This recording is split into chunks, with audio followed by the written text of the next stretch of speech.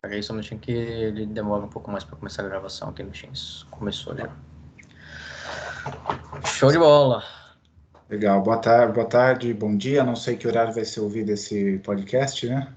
Uma boa, um bom início aí para todos. Obrigado, Rafael, por ter aceito o convite do Nada. Chapter Brasil da Ashway para a gente fazer um rápido, um breve podcast sobre esse tema, que é um tema, é um tema sugerido pela Ashway, né, globalmente para ser discutido. Perfeito. Eu vou começar minha breve apresentação. Eu sou o Samir, eu estou atualmente como o chair de refrigeração do Chapter Brasil. E nós vamos iniciar uma série de podcasts, né? E começamos hoje com o Rafael Dutra. Rafael, obrigado de novo. Me fala um pouquinho de você, Rafael, uma breve introdução. Resuminho. Tá bom, bacana. Bom, meu nome é Rafael Dutra, sou coordenador de aplicação aqui na Trane Technologies, sou engenheiro mecânico formado pela Universidade de Brasília e tenho minha pós lá no curso da Trane, lá nos Estados Unidos, né? Estou há 10 anos aí no mercado, fazendo quase, já fez 11 na verdade, o tempo voa. E tenho atuado aí nesse mercado junto com instaladores, projetistas. Comecei lá em Brasília, hoje eu estou em São Paulo. Então, tem sido uma aventura. Bacana. E, E por que você escolheu a engenharia mecânica, Rafael? Conta um pouquinho. Por que você entrou nesse universo? cara, tem pessoas que têm o luxo de escolher, tem uma noção mais clara. Eu não escolhi muito, não. Na verdade, eu não tinha muita referência, seja familiar ou de amigos. Mas eu sempre tive muita curiosidade pela ciência dos materiais, embora eu não soubesse o que era isso. Mas eu sempre fui uma criança, adolescente, que eu olhava muito para metais diferentes, coisas diferentes, materiais diferentes, e eu ficava curioso. Eu tinha essa curiosidade natural. Eu lembro de perguntas, eu com 5 anos de idade, perguntando coisas pro meu pai. Pai, por que esse material é mais resistente que o outro? E essa curiosidade, ela foi desperta quando eu estava no ensino médio e eu descobri que a engenharia mecânica estudava isso. Curioso que eu acabei não mexendo com isso, né? Eu fui para termodinâmica. Mas esse foi a semente. Eu tinha essa curiosidade em relação às ciências dos materiais. É uma área fantástica. Estudei um pouquinho isso lá na faculdade, além do currículo normal. Mas eu acabei me encontrando muito mais na termodinâmica, na ciência dos fluidos, né? Então, uma coisa levou a outra e hoje eu tô aqui. Foi por Ah, esse caminho. É, interessante. diferente, né? E por que e quando foi esse momento que você migrou, entrou no ar-condicionado de vez e como é que foi essa Uhum. decisão aí? Como é que foi essa? Conta um pouquinho pra gente. Dois eventos, cara. Eu fui muito bem em termodinâmica, a parte de máquinas térmicas, mecânica dos fluidos, eu sobrevivi, mas fui bem suficiente. E eu percebi que eu tinha mais afinidade por isso. E, de novo, nem sempre a gente escolhe, né? A vida vai mostrando oportunidades. Eu tive, logo no sexto semestre, se não me engano, a Trainee abriu vagas para estágio. Eu tentei, não fui aprovado. Mas logo em seguida eu tentei um estágio numa empresa projetista. E é necessidade, cara. Por necessidade. Não, de novo, não tinha muitas referências profissionais, nem Uhum. familiares, nem nada. E à medida que as coisas foram acontecendo e percebendo as necessidades, eu fui aproveitando, né? Eu acho que as coisas foram acontecendo, as coisas foram me escolhendo. Obviamente que você vai filtrando e tudo mais, mas foi nesse sentido. Acho que tem muito estudante, talvez, que vai ouvir a gente aí que entende isso, né? Você tem algumas pessoas que têm o privilégio, talvez, de ter um familiar que guia ali profissionalmente, né? Isso é bacana. Mas Uhum. se você não tem, cara, não tem problema. Eu acho que a vida vai acontecendo, você tem que saber quem você é e as suas escolhas e vai fazendo o seu caminho, né? Então, essa é a dica. É verdade. Concordo muito com você.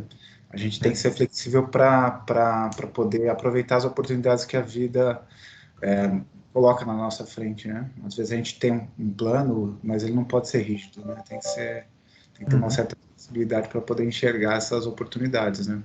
Ainda Concordo. mais hoje em dia, né? A gente vive num mundo tão mais dinâmico, né, Samir? Talvez nossos pais, os pais deles tinham ainda a imagem de um mundo estático que eles iam entrar numa empresa e sair dela depois de 30 anos, 40 anos, e aquilo ali que eles precisavam saber. Hoje em dia a gente tem que estar aprendendo o tempo todo, né? Então, vem a oportunidade, cara, abraço. Quem sabe pode ser o seu futuro profissional, né? Sim. Legal, bacana. Não sabia dessa tua história. Eu sei que você aliás, é uma informação importantíssima. Lutador de Krav Maga e Isso, atirador profissional também, né? isso, atirador esportivo, tá? Não é profissional porque Esportivo. é Tá, esportivo. Esportivo é o termo porque senão eu tava na polícia lá, dando tiro de tá profissão, né? certo. Mas são dois hobbies muito interessantes aí que eu adquiri recentemente e é muito prazeroso, é extremamente relaxador, né? Relaxante, desculpa. E eu acho que recomendo para todo mundo que quiser praticar. Ninguém fica doido, não fica tranquilo. As pessoas que estão ao redor são todas pessoas sãs e ótimas pessoas que praticam.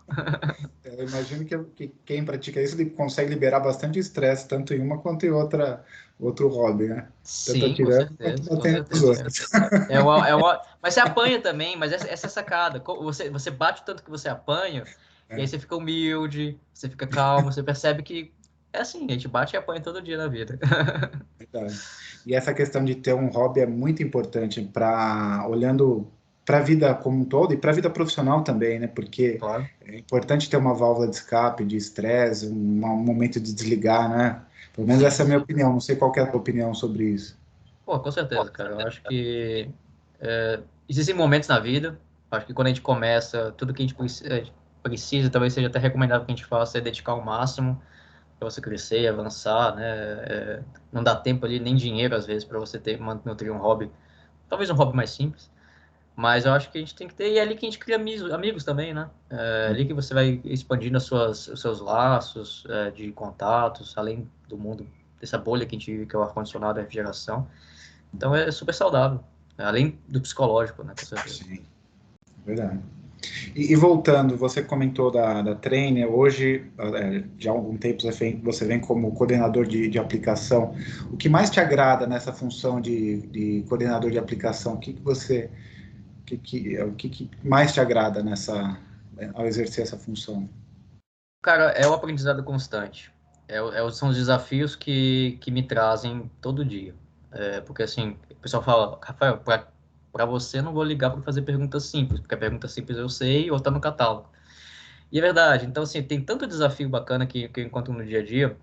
E eu sou um cara muito da parte técnica. Eu gosto de tecnologia, eu gosto de estudar e aprender alguma coisa, de ler as normas. Talvez me deveria me dedicar um pouco mais do que eu me dedico, mas eu sou naturalmente forçado a estar sempre me atualizando.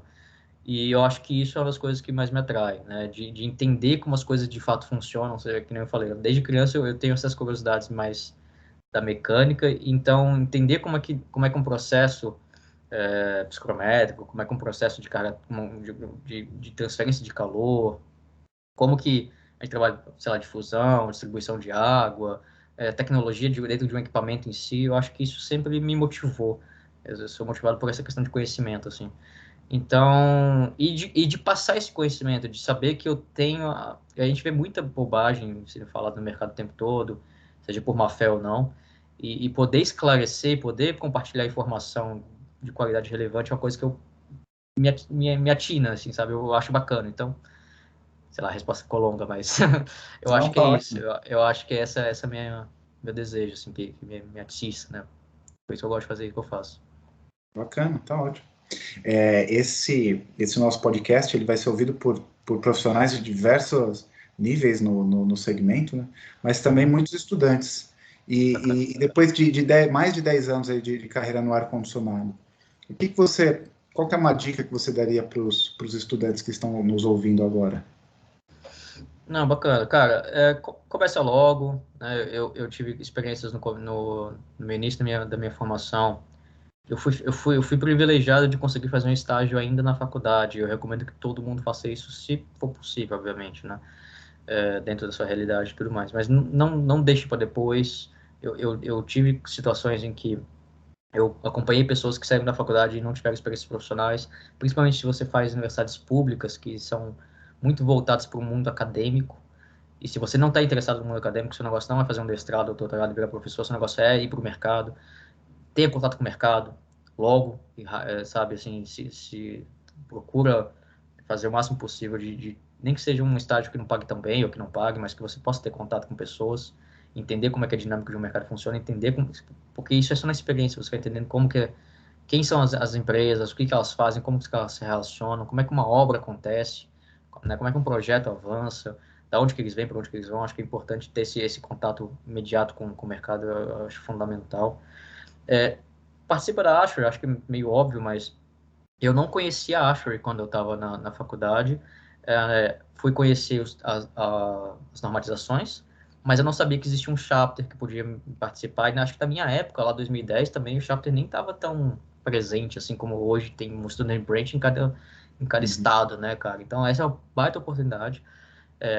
Esteja em contato com as pessoas ao seu redor, não tenha medo de dizer que você não sabe, ou que você é cru. Todo mundo começa sem nada, né? Ignorância é o estado natural. O que você pode fazer é ir aprendendo e descobrindo. Não negligencie a língua inglesa, porque ainda que hoje tem muito conteúdo bacana em português, produzido por diversos dos nossos colegas, né? O mundo é 30 vezes maior em inglês, então se você quer participar de qualquer coisa da Ashray, discurso da Ashray lá fora, ou, enfim, diversos outros fontes de informação, está tudo em inglês.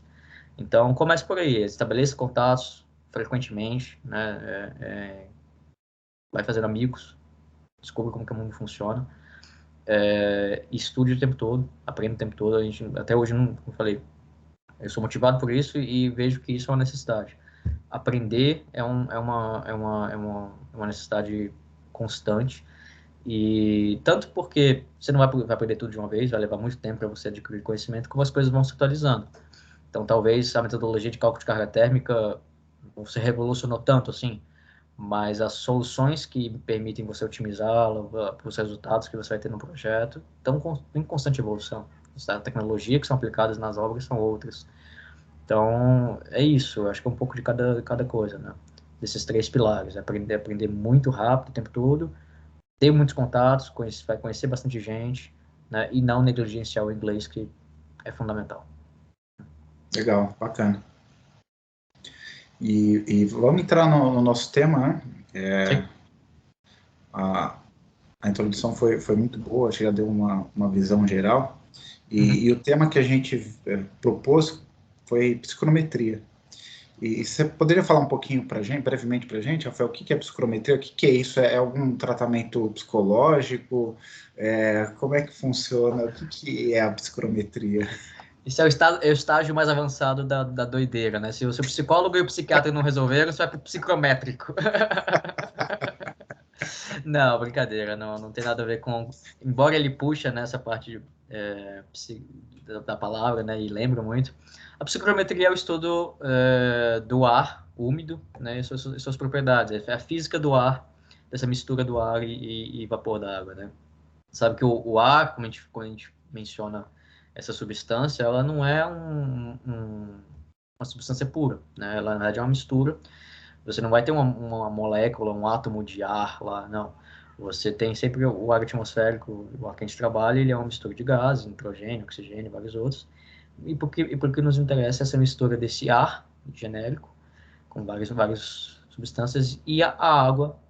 Porque os processos de transferência de calor que nos interessam, seja por a questão do ar-condicionado no conforto térmico, ou por qualquer processo de fabricação que vai envolver o ar em algum produto, eles inevitavelmente vão tratar dessas transferências de calor envolvendo o ar seco e a água, que também faz a mudança de fase. Né? A hora está em estado vapor, outra hora está em estado líquido. Essa é a ciência que estuda toda essa história que eu falei agora. Né? Você entender como é que é a dinâmica. E um dos grandes pais fundadores da psicometria, lá, o Willis Scarrer, né, foi o cara que sistematizou tudo isso, criou lá a famosa carta psicométrica, né, e por um processo de fabricação, né, era um processo de fabricação, ali no caso, uma impressora, né, vamos dizer assim, gigante, uma gráfica, né, de um jornal, e justamente essa relação do ar, dessa relação do ar e da água, que interessava para secar com mais velocidade o papel, que era recém-imprimido, que uma vez que a tinta é muito úmida, ela borra e você perde a qualidade do produto, né? Então, ela nasce aí, obviamente, com uma série de outros backgrounds anteriores, uma série de outras questões anteriores que, diga, conhecimento acumulado, mas ele que é o ícone que a gente menciona como a fundação dessa ciência aí que a gente estuda até hoje. Bacana, muito bem explicado. Okay. E a psicometria dentro do, que eu entendo que é uma ciência, né? Mas dentro do ar-condicionado, do mundo do ar-condicionado e da refrigeração, da ventilação, qual que é a importância que você vê da psicometria para o nosso universo? Cara, é de importância fundamental, né? Para você mapear um processo, seja ele de produção, seja questão de conforto lá no ar-condicionado, você não pode tratar esses processos só com a transferência de calor pura e simples. Não adianta você entender quantos quilowatts de energia você vai movimentar se você não entender como que isso vai se transportar através do meio físico que está no meio do caminho ali, que é o ar, né? Então, por exemplo, você sabe muito bem que, voltando para esse processo de secagem, né, talvez seja um dos processos mais comuns dentro da refrigeração que envolve o ar atmosférico, é você trabalhar com o ar em uma determinada condição, que ele seja capaz de secar de forma efetiva um determinado substrato, um determinado produto, né? Então, como que você vai tratar esse ar? Você vai esquentar ele, você vai resfriar ele? O que que você faz? O que que você faz se esse ar resfriar um ponto que ele começa a condensar? Em que ponto que ele começa a condensar, né? Eu tenho, por exemplo, toda uma tubulação de fluido numa indústria e, e por que que essa tubulação em uma determinada temperatura ela começa a condensar no exterior dela, né? Qual que é o ponto e em quais condições que eu vou determinar isso? E para evitar que isso aconteça, o que que eu faço, né? Tudo isso envolve, de uma forma indireta ou indireta, a psicometria, né? E é uma área que é muito negligenciada, eu diria, tá? Infelizmente, existe muita discussão e às vezes os projetos tratam dessa maneira, meio que pulando uma etapa, né? Eu preciso de transferir tantas unidades de calor, e se pula diretamente para o equipamento que vai fazer essa função. E isso acaba sendo um equívoco, né? Muitas vezes, justamente pela falta do domínio dessa ciência, entender que isso é importante, que faz diferença, você pode projetar um bom projeto ou um mau projeto, e você pode também ter problemas futuros na tua instalação porque você negligenciou essa etapa, né? Que envolve a psicometria. Então, acho que um breve menção seria essa. Perfeito. E falando de qualidade do ar interior, que é um assunto extremamente importante, hoje em dia de uma relevância mundial, né, a questão do Covid, enfim, muito mais do que isso, né? Você consegue enxergar alguma relação entre psicometria e qualidade do ar interior? Total, com certeza, Samir. Não sei se eu posso falar aqui, senão vocês cortam depois, mas recentemente eu fiz um curso, participei de um curso, na verdade, como professor, junto com um time muito bacana lá para a Bravo. É um curso bem interessante que eu recomendo quem está estudando e precisa se capacitar mais em ar-condicionado. É um EAD. E uma das áreas que eu menciono é justamente a questão da importância da umidade, em geral, para a qualidade do ar interno. Então, de forma simplificada, né, começando pela reação da nossa fisiologia, a nossa reação biológica à umidade, ela vai determinar quão eficaz é a tua resposta imunológica. Por exemplo, um ar muito seco, as tuas mucosas vão ficar ressecadas e elas são uma barreira natural a vírus e bactérias. Existem indícios muito fortes de que a transmissão de vírus se dá de uma forma muito mais acelerada, vírus aerotransmissíveis, né, por espirros, por exemplo, em ambientes com baixa umidade, porque essas gotículas vão evaporar mais rápido e elas, com menor volume, vão ficar em suspensão com mais facilidade por mais tempo. E o contrário também, a alta umidade, ela pode ser um problema, e aí já não tanto mais para a nossa resposta imunológica, mas ela vai propiciar o crescimento de fungos e bactérias, ela realmente vai favorecer o lado dos patógenos, né? Então, sabendo que existe essa influência da umidade nesses fatores, como que a gente trata um ambiente, né? O que eu faço quando eu determino que um ambiente ele tem problema de umidade? Por que ele tem problema de umidade, né? Com certeza, se a gente não entender, obviamente, fonte de umidade, ou as tecnologias, né? Então, falando ainda diretamente de psicometria, que tipo de sistema de ar-condicionado eu vou implementar para poder ter um bom resultado de umidade? Como eu falei, a gente muitas vezes pula essa etapa da psicometria e se fala muito de um sistema que vai atender ao conforto térmico em termos de temperatura. E o que mais tem é sistema de ar-condicionado que não tem um bom ou até mesmo a capacidade de fazer controle de umidade, né? Sem controle de umidade, tanto em plena carga quanto cargas parciais, provavelmente o sistema vai ter, o teu ambiente vai ter um problema de umidade, e problemas de umidade vão acarretar nesses prejuízos, né, à qualidade do ar dos ambientes internos. Então,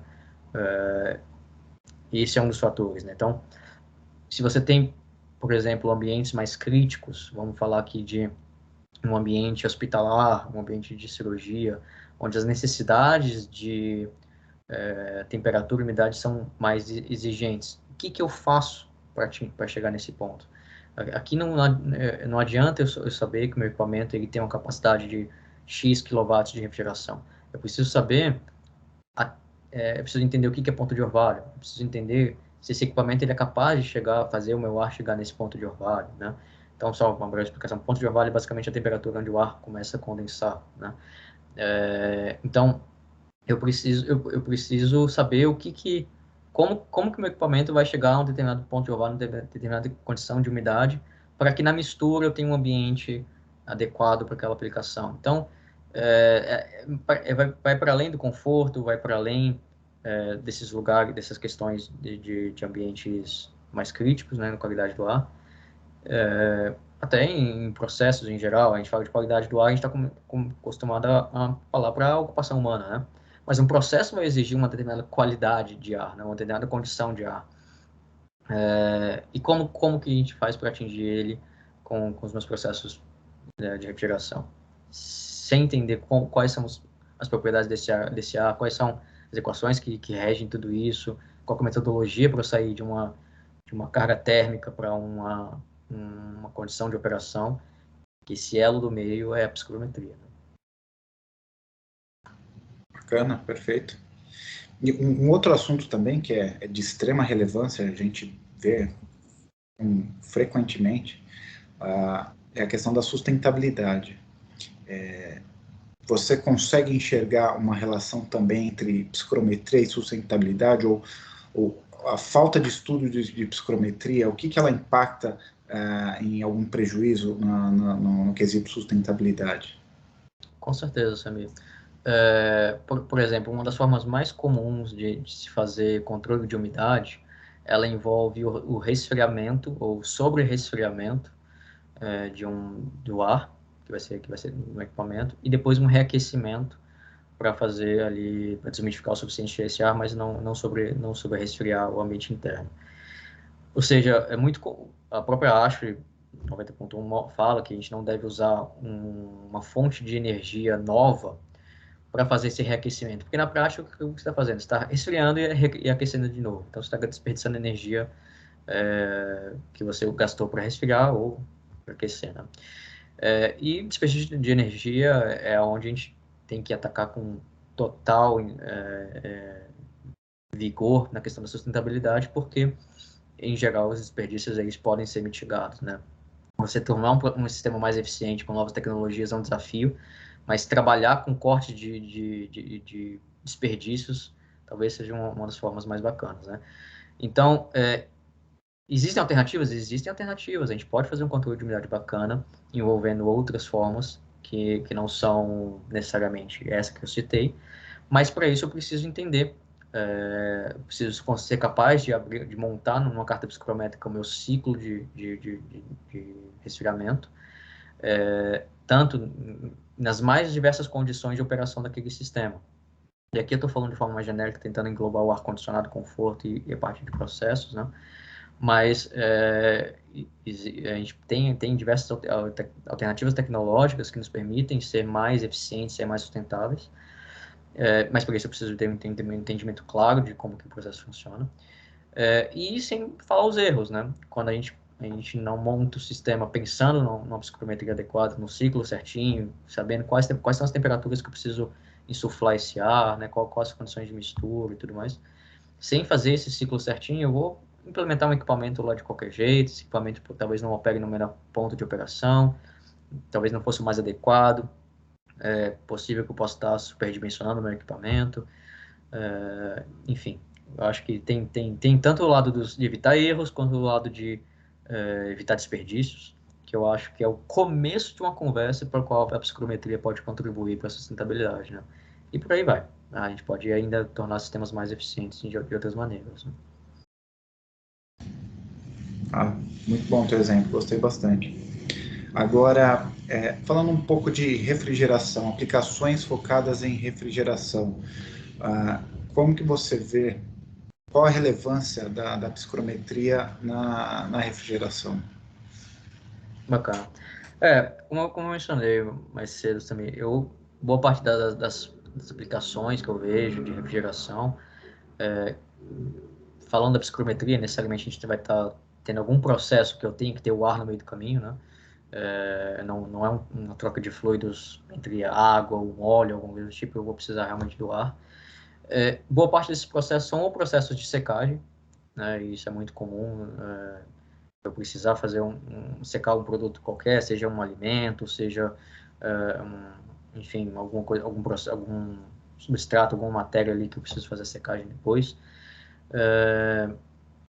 que eu consigo me lembrar de imediato envolve a secagem de produtos. Talvez a parte de resfriamento em temperaturas mais baixas, eu diria que a psicometria ela é importante para você entender, talvez, evitar problemas relacionados ao isolamento desse material, desse aparato, dessa câmara onde você vai estar trabalhando com esse material, ela está de uma forma mais indireta, né?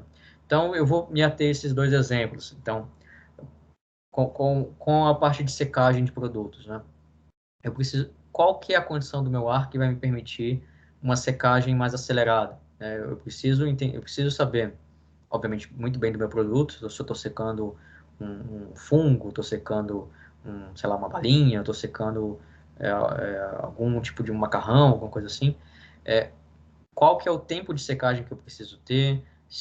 É muito comum a gente fazer a secagem através de um aquecimento do ar, porque o ar, se você não altera a quantidade de vapor de um ar e só fazer um aquecimento sensível dele, ele tem, você vai basicamente diminuir a umidade relativa, que é um indicador de capacidade de absorção de água desse ar àquela temperatura, né? Então, é muito comum fazer a secagem com o aquecimento do ar. Você pode fazer até uma ação de passagem, você não precisa fazer uma recirculação. Porém, você também não pode sobreaquecer aquele material, né? Qual que é o limite que aquele material te permite fazer um aquecimento? Será que não existem alternativas? Porque eu posso remover conteúdo de vapor de uma massa de ar, resfriando esse ar. E será que um processo combinado eu não consigo uma qualidade, uma característica de ar que me promove uma secagem ou mais rápida ou que me garante um produto em melhores condições para o uso final, né? Então, entender como que esse ar se comporta é fundamental para eu entender como que o meu produto final vai sair da minha linha de produção, né? Ou até mesmo por uma questão econômica, eu posso fazer mais com menos, né? E citei também a questão eu tenho talvez processos de refrigeração ali envolvidos e eu preciso entender a questão de contorno, né? Então, o isolamento térmico daquele ambiente, como que aquele ar que vai estar talvez em baixíssima temperatura vai ter um efeito no ambiente ao redor.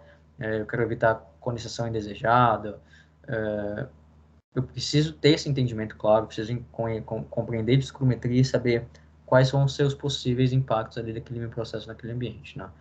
Então, de imediato consigo imaginar esses dois cenários. Com certeza devem existir outros aí para sempre que envolver necessariamente o ar úmido e transferência de calor, mudança de temperatura, a gente tem que ter esse entendimento claro da psicometria. Né? Não, acho que seus exemplos foram bem oportunos, deixaram bem claro, assim, exemplificaram muito bem. Né? Legal. Rafael, mais uma vez, obrigado pela tua disponibilidade em conversar com a gente. Daria para ficar horas aqui. Você tem bastante conhecimento para isso Isso, é notório. Mas isso. infelizmente nosso tempo já até É, passou do que a gente havia já passou, planejado. passa rápido, né, Esse cara? café Mas é foi importante até bom. pro pessoal que vai ouvir depois, né? Eu acho que ninguém tem muito tempo aí de ficar ouvindo 1 hora de conversa, né? Então, uma coisa mais rapidinha, às vezes é bom, só um nugget, né? De Sim, conhecimento ali, com certeza a fonte de conhecimento tá lá na Ashray, tá nessa material pra gente aprender bastante, né? sim. Mais uma vez, muito obrigado, Rafael. Obrigado para quem está nos ouvindo também. É isso aí. E é isso. Desejo bom dia, boa noite, bom final de semana ou boa semana, seja lá quando você estiver nos ouvindo. Obrigado, Rafael. Um Valeu, abraço. Samir. Valeu, pessoal. Tchau, tchau. Apagar a gravação aqui.